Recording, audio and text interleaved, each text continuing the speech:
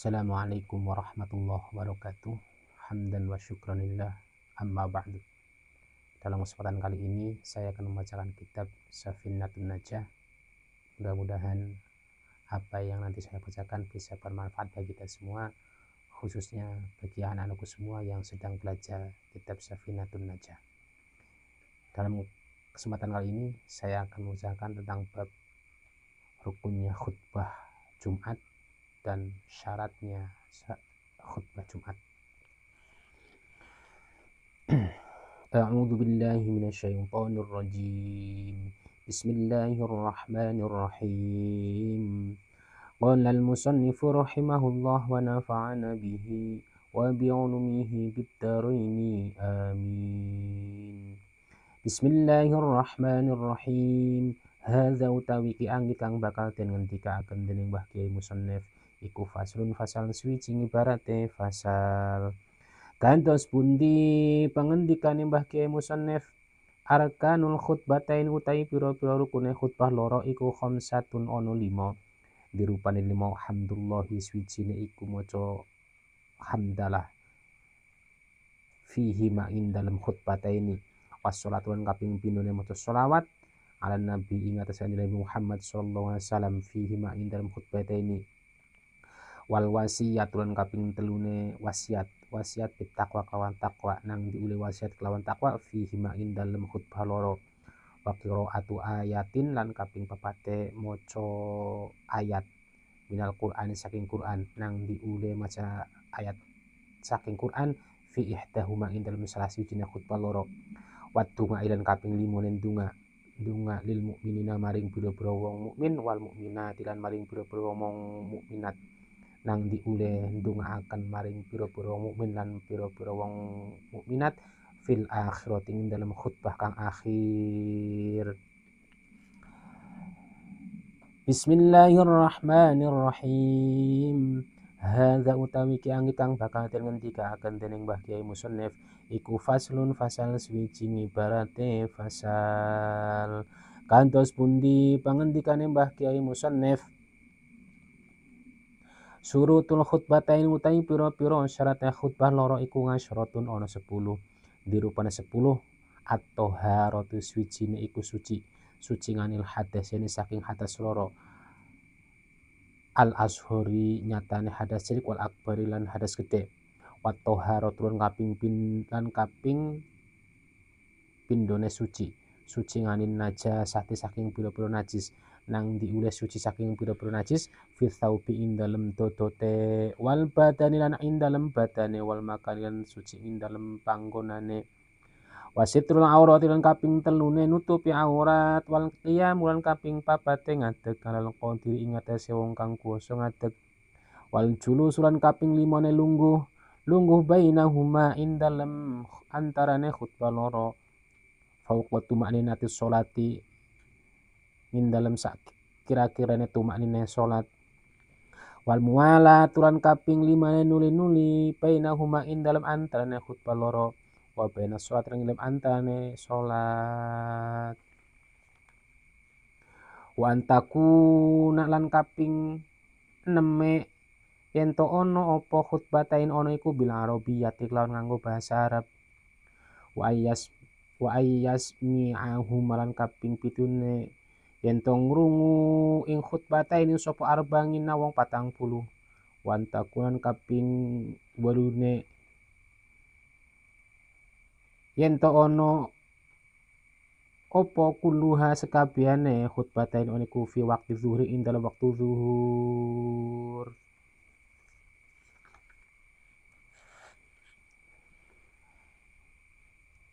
Dalam kesempatan kali ini saya jelaskan tentang khutbah Jumat atau khutbatain. Biasanya itu dilakukan ketika sholat Jumat dan tidak dilakukan dalam sholat-sholat yang lain.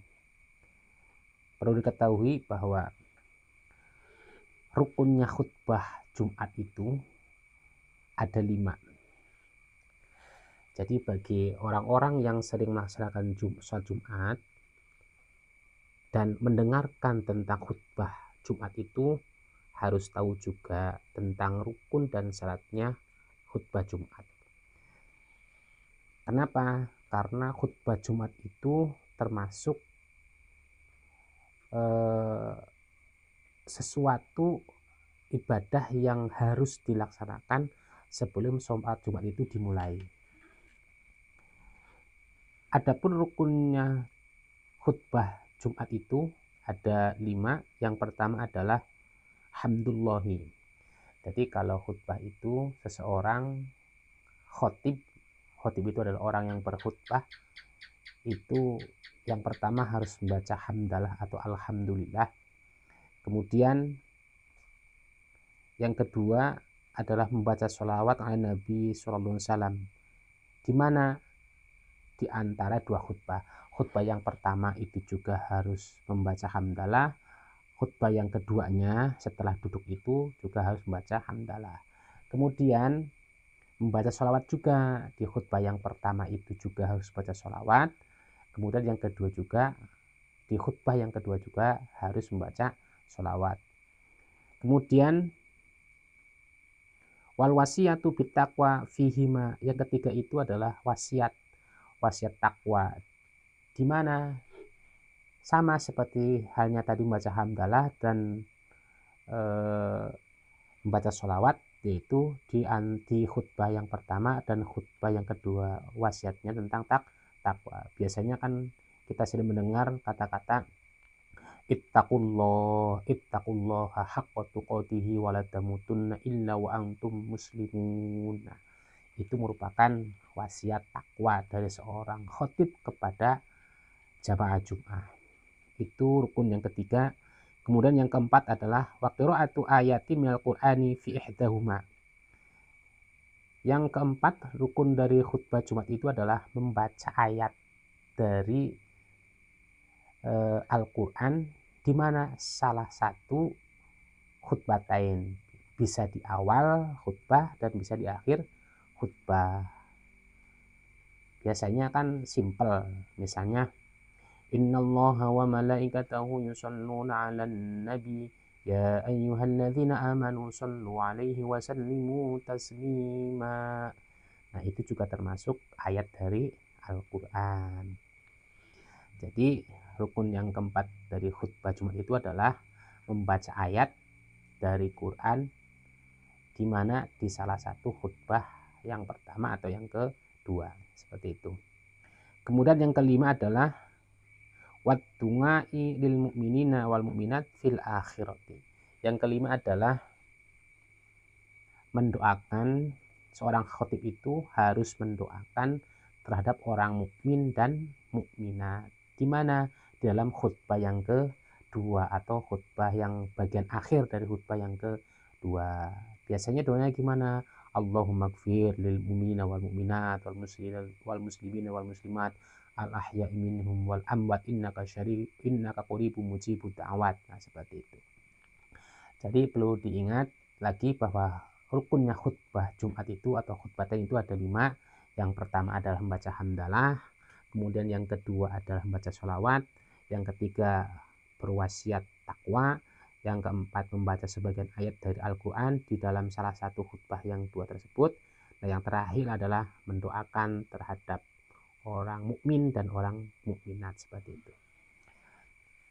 Kemudian yang selanjutnya itu adalah faslun atau fasal yang menjelaskan tentang syaratnya khutbah Jumat. Khutbah Jumat itu selain rukun juga ada syaratnya.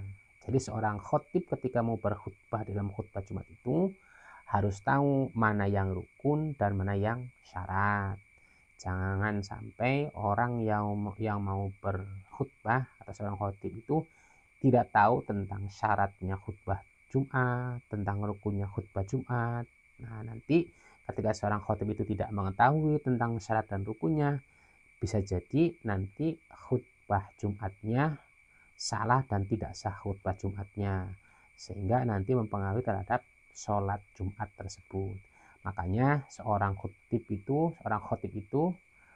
harus tahu tentang rukunnya khutbah Jumat dan syarat-syaratnya khutbah Jumat, atau rukun sebagai seorang khotib dan syarat sebagai khotib ketika akan berkhutbah di dalam sholat Jumat. Adapun syarat dari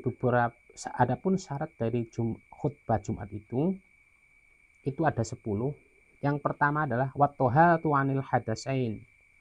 Seorang khotib itu yang pertama harus suci dari hadas kecil dan hadas besar. Jangan sampai seorang khotib itu ketika mau khutbah dia tidak dalam keadaan suci atau tidak dalam keadaan berwudu atau tidak dalam keadaan bersih, ya.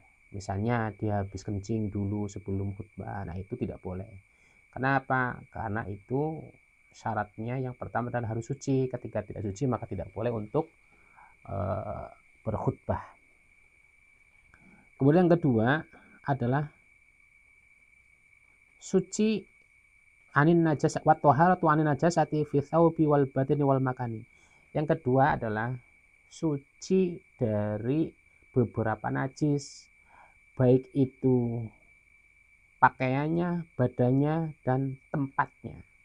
Jadi seorang khotib itu ketika mau berkhutbah pakaiannya harus bersih dan suci, badannya juga harus bersih dan suci, dan yang keempat itu tempat kita untuk mau berkhutbah juga harus bersih dan suci. Jangan sampai seorang khotib itu ketika mau berkhutbah itu pakaiannya masih kotor, masih copang-camping, ada najisnya, nah itu tidak boleh, ya.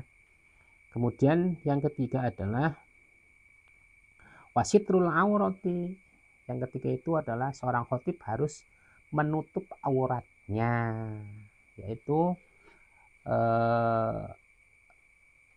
berpakaian yang bagus, kalau perlu pakai peci, pakai sarung, pakai sorban, sehingga auratnya itu tertutup. Walaupun seorang laki-laki itu auratnya adalah baina surah warubah, antara pusar sampai lutut, tetapi lebih bagusnya itu ketika khutbah semuanya ditutupi dengan pakaian yang bagus dan terbaik, seperti itu.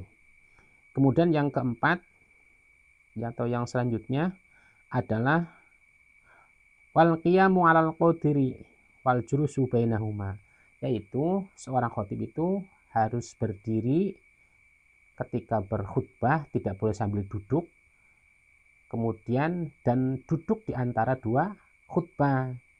Nah, itu syaratnya khutbah Jumat itu. Yang pertama, seorang khotib harus berdiri ketika berkhutbah, kemudian dia boleh duduk ketika berhenti dari khutbah yang pertama mau melanjutkan khutbah yang kedua, itu ada duduk di antara dua khutbah, namanya itu. Wal julusu bainahuma fauqa tumanati sholati. Duduknya itu tidak terlalu lama juga.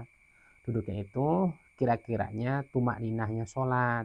Namun biasanya dalam khutbah Jumat itu seorang muazin itu mengisyaratkan ketika seorang khotib sedang duduk di antara dua khutbah itu biasanya baca sholawat Allahumma sholli ala sayyidina Muhammad wa ala ali sayyidina Muhammad.